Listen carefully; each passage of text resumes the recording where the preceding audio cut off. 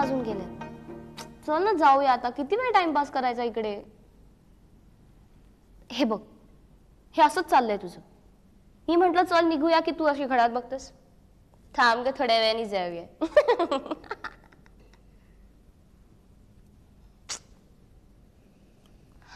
पिक्चरला जाऊया. नको ग, मूड नाहीये पिक्चर बघायचा. काय ग अक्षू, हे बघ आपण जर अशाच बसून राहिलो ना इथे तर तर इथे मुंग्या येतील, मग त्या वारूळ तयार करतील, कोळी येईल, जाळू विणेल. सॉलिड कल्पना नाही, वाईट कल्पना आहे. अक्षू चल ना, आपण पिक्चरला जाऊया. हे बघ, अर्धा तास उशिरा गेला ना तरी काही बिघडत नाहीये. तुला माहितीये मला सगळ्या फिल्मी सिच्युएशन्स पाठ असतात. नको म्हटलं ना. इथे माझ्या आयुष्यात फिल्मी सिच्युएशन निर्माण झाली आणि त्यांनी माझं डोकं फिरायची वेळ आली. आता नवीन काय झालं? नवीन असेल तरच सांग. प्राची, एक लोफर दारात येऊन उभा राहतो, म्हणजे ज्याला आपण कधीच बघितलेला नसतो असा एक लोफर अचानक येतो आणि म्हणतो की मी तुझा बाप आहे आणि तुला घ्यायला आलोय. काय काय काय? कोण कोणाला असं म्हणाला? तो माणूस त्या दिवशी भेटला होता बघ, ज्याला तू हाकललंस. तो माणूस, तो माझा बाप आहे. व्हॉट? म्हणजे काय? मला जन्म देऊन जी गेली त्या आईचा नवरा आहे. बाकीचं तुला माहिती आहेच आहे ना. मग आता आता काय? तो सांगतोय माझ्या आईबाबांना माझी मुलगी मला परत द्या, नाहीतर 5 लाख रुपये द्या. 5 लाख?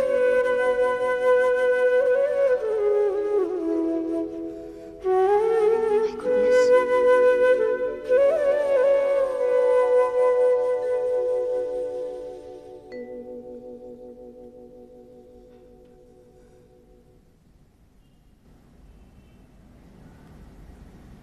काय ग, तू अशी एकदम गप्प का झालीस? माझ्या आई बाबांचा डिवोर्स झाला होता तेव्हा. आई घर सोडून निघाली होती तेव्हा नेमकं ह्याच्या उलट बोलली होती. कोर्टातून ऑर्डर निघाली होती, मुलगी आईजवळ राहील, आईच्या ताब्यात राहील, निदान कायद्याला संज्ञान होईपर्यंत.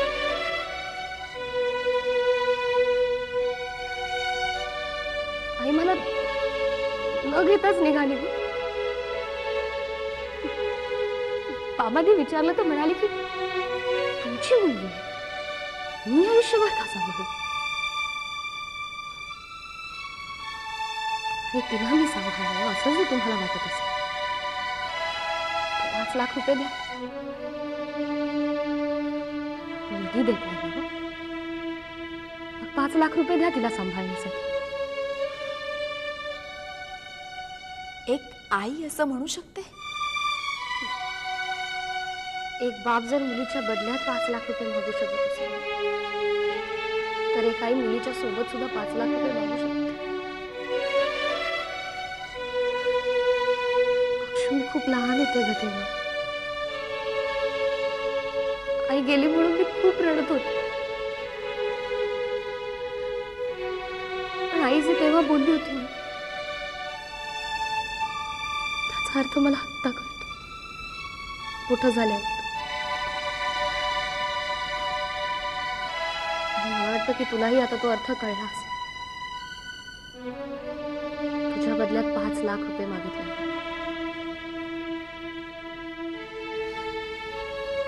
असं का होतं ग?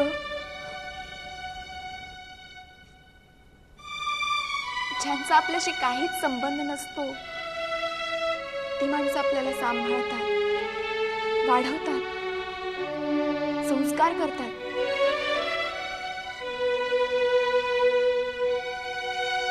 पण ज्यांचा आपल्याशी संबंध असतो ती मात्र सगळ्यांच्याच बाबतीत असं होतं असं नाहीये.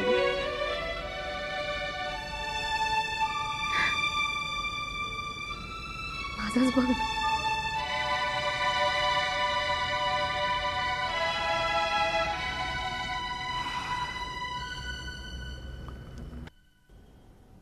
Anyway, forget it.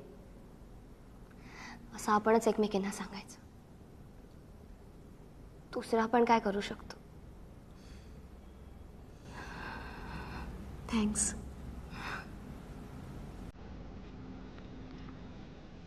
तुला माहितीये मी घरी जायला का टाळत होते की तू लोफर परत घरी ये आणि मी एकटी आहे असं बघून तू मला परत भलतेचे प्रश्न विचार. But now, I'm ready to fight now.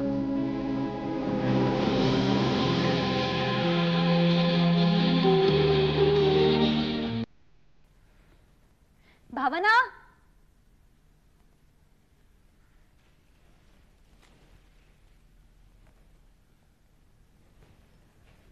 ए नचिकेत,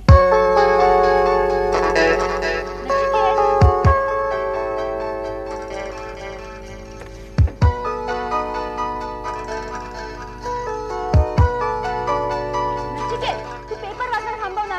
मगाचपासून मी तुला हाका मारते, जीव तोडून काहीतरी सांगायचा प्रयत्न करते. तू पेपर काय रे वाचत बसतोस? मी कानाने पेपर वाचतोय का? मी ऐकतोय. आणि तुझं ऐकताना तुझा चेहरा बघायलाच पाहिजे असा काही नियम नाहीये. बरं ठीक आहे, मी नसीन बघणेबल, पण तू जर तोंडावर पेपर धरून बसलास तर मला कसं कळणार तू माझं ऐकतोस की नाही ते? नचिकेत, तू म्हणजे ना हट्टी मुलगी आहे. बोला काय?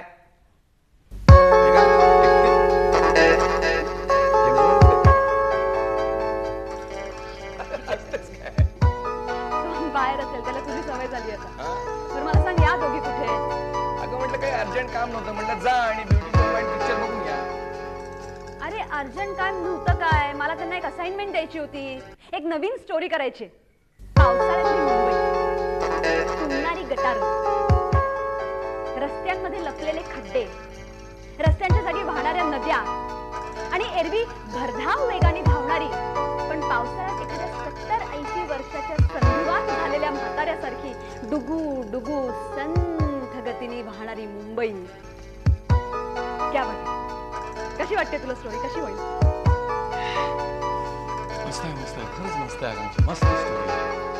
पण काय माहितीये का आकांक्षा, तुला यावेळी एक जेम्स बॉन्ड पुरणार नाही. राखीव पोलीस दलाच्या गाड्यातूनच फिरावं लागेल. का रे, आता मी यात कोणाला दुखावतीये? हे बघ, खड्ड्यांचा सामान्य माणसाला त्रास होतो त्याप्रमाणे मंत्र्यांना होत नाही का?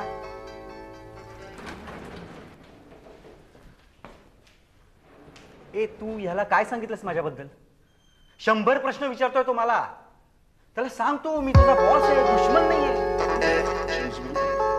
हसते का? नाही, जेम्स बॉन्डचे विनोदर असते. एक कॉफी आणा मला कोणीतरी. काय झालं सर? रस्ते रे, या पावसाळ्यात ना मुंबईची फार वाट लागते. कॉन्ट्रॅक्टर्स ना. काही काळजी करू नका सर, आता सगळे सुधारणार आहेत, सुतासारखे सरळ येणार आहेत. का तू कोणाला सुधरवायला चाललायस आता? सर आकांक्षेकडे ना मस्त story, मस्त मस्त आहे. म्हणजे पावसाळ्यातली मुंबई, मुंबईतला पाऊस, रस्त्यातले खड्डे, खड्ड्यात लपलेला रस्ता, रस्त्यावरनं वाहणाऱ्या नद्या आणि डुगुडुगू. काय ते डुगुडुगू काय? हा म्हातारी सारखी काय? सांग ना, हसू नको. आकांक्षा काय सांगतोय? तुला कोणी सांगितलं ही स्टोरी करायला? सर, मला कोणी सांगायची काय गरज आहे? It's my job, isn't it? मला वाटतं आपण तिघच इथे आहोत, काही सांगायला हरकत नाही. नचिकेत, ही फेरीवाल्यांची स्टोरी सबसाईड होईस तोपर्यंत मला वाटतं आकांक्षाने नवीन स्टोरी करू नये. सर, पण मग मी काय करायचं? काय करायचं म्हणजे काय? फुकट पगार खायचा, ऑफिसमध्ये यायचं, पेपर वाचायचा, डबा खायचा, मला द्यायचा, म्हणजे आम्हाला द्यायचा. नचिकेत, प्लीज रे. नाही नाही, काय म्हणते आकांक्षा, सर तुला डायरेक्ट काही सांगू शकणार नाही, पण इनडायरेक्टली त्यांना हेच सुचवायचंय. Am I right sir? Sir, मग मी काय करावं अशी तुमची अपेक्षा आहे? काय घाई काय आहे? ही एक छोटीशी विश्रांती असं समजतो. आकांक्षा, तुझ्यासारखी हुशार, लढाऊ बाण्याची झुंजार पत्रकार आमच्या चॅनलच्या न्यूज सेक्शन मध्ये आहे असं आम्ही मीडियाला अभिमानाने सांगत असतो. नाही सर, असंच सांगता तुम्ही सर? नचिकेत, तू तिला समजवायचा प्रयत्न करतोयस का उगाच तू? नाही सर, इट्स ओके. आता ह्या पुढे मला कोणी काही समजावूही शकत नाही आणि भडकवूही शकत नाही. जाऊ देत. तुम्हाला कॉफी हवी होती ना, मी करून आणते.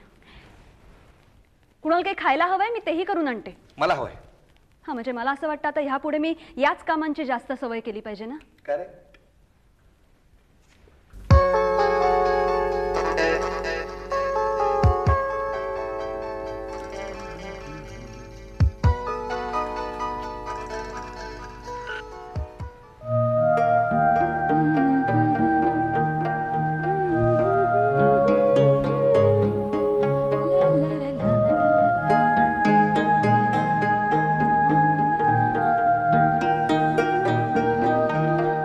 Good evening. Good evening. Nishant, वेळेवर येणाऱ्या नवऱ्याला गुड हजबंड असं म्हणतात. मी गुड हजबंड आहेच. ओ, अरे, मी खूप थकलोय आणि कंटाळलो. जरा मला एक कॉफी सांग ना प्लीज. या शुअर. क्या बात आहे, आज चक्क छान दिसतेस. दिसायलाच पाहिजे. का? मिसेस कपूर कडे पार्टीत सगळ्यांवर इम्प्रेशन मारायचे. आता तू पार्टीला जाणार आहेस? अगं, तू जाणार कधी, परत येणार कधी? इतक्या उशिरा कसल्या का त्या पार्टी अरेंज करता? मिस्टर निशांत महाजन, पार्टीला मी एकटी जाणार नाहीये. तू मला कंपनी देणार आहेस. आणि आज आपलं सकाळी अगदी व्यवस्थित ठरलेलं होतं. मला वाटलं पार्टीला जायचंय म्हणून तू वेळेवर आलास. Now you not a good husband. Mrs Anushka Mahajan, मी तुम्हाला सकाळी काहीही प्रॉमिस केलेलं नाहीये. तर सकाळपासून मीटिंगवर मीटिंग, सतत त्याच अटेंड करून मला कंटाळा आलेला आहे. शेवटची मीटिंग लवकर संपली, म्हटलं चला लवकर घरी जाऊया, आराम करूया, अनुमनुशी गप्पा मारूया. तर तुझा उद्यापासून सकाळी ब्रेकफास्ट वेळेला आपल्या दोघांमध्ये जे काही बोलणं होतं ना, ते आपण टेप करूया. आणि मग ह्या वादावादीच्या वेळेला ते कॅसेट पुरावा म्हणून राहील. मी आपलं एवढं नटून थटून तुझी वाट बघते आणि आपल्या माणसांना त्याची किंमतच नसते. अरे, तुलाच भेटायचं होतं ना मिसेस कपूरला. डोंट बी सिली अनु. मी कशाला तुला सांगेन त्या मिसेस कपूरची माझी ओळख करून दे म्हणून? तू आणि तुझ्या त्या मैत्रिणी, तुमच्या त्या किटी पार्टी, मी कशाला इंटरेस्ट घेऊ त्याच्यात? बास, मला तुझं काहीही ऐकायचं नाही. तू पार्टीला येणारेस की नाही?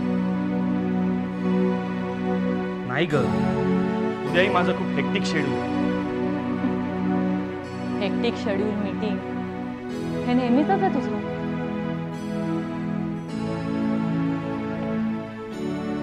निशांत, तुला नेहमी बायको बरोबर पाहिजे म्हणून कित्येक वेळेला माझी इच्छा नसताना सुद्धा मी फंक्शन अटेंड करते. पण कधीतरी माझी इच्छा म्हणून तुला माझ्याबरोबर यावंसं नाही वाटत तुला? ठीक आहे, मी येतो तुझ्याबरोबर. नाही, नको. इच्छा नसेल तर नको. आणि माझ्यावर मेहरबानी म्हणून तर अजिबातच नको. ओके, मग राहील. कधीतरी आपल्या बायकोच्या आवडीनिवडीचा विचार केला तर आपल्यात होणारे हे वाद टळू शकतात असं नाही वाटत तुला?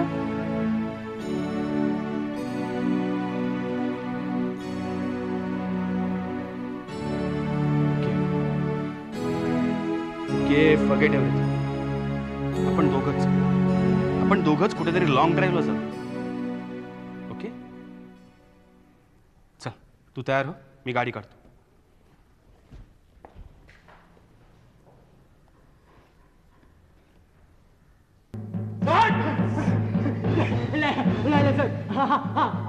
आठवलं साहेब, रघुभाईला पायवाडीमध्ये उडवलं सर. पायवाडीमध्ये. कोणी?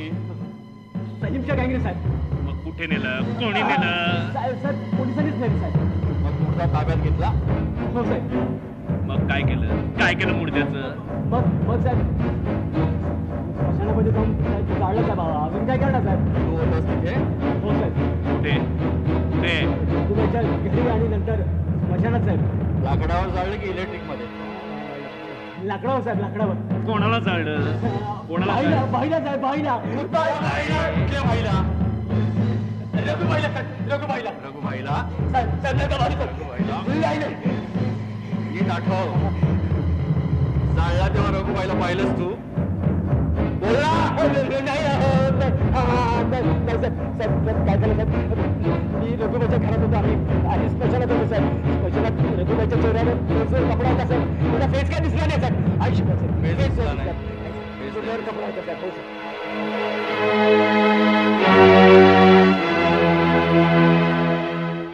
चल आणि हे घे, आजीजवळ बसून नीट खा आणि अजिबात मस्ती करायची नाहीये. काय अक्का?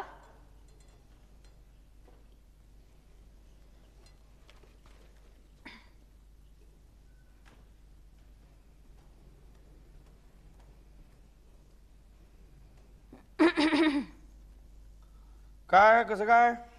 वा, चला म्हणजे कुणाला तरी या घरामध्ये माझ्याशी बोलायला वेळ आहे तर.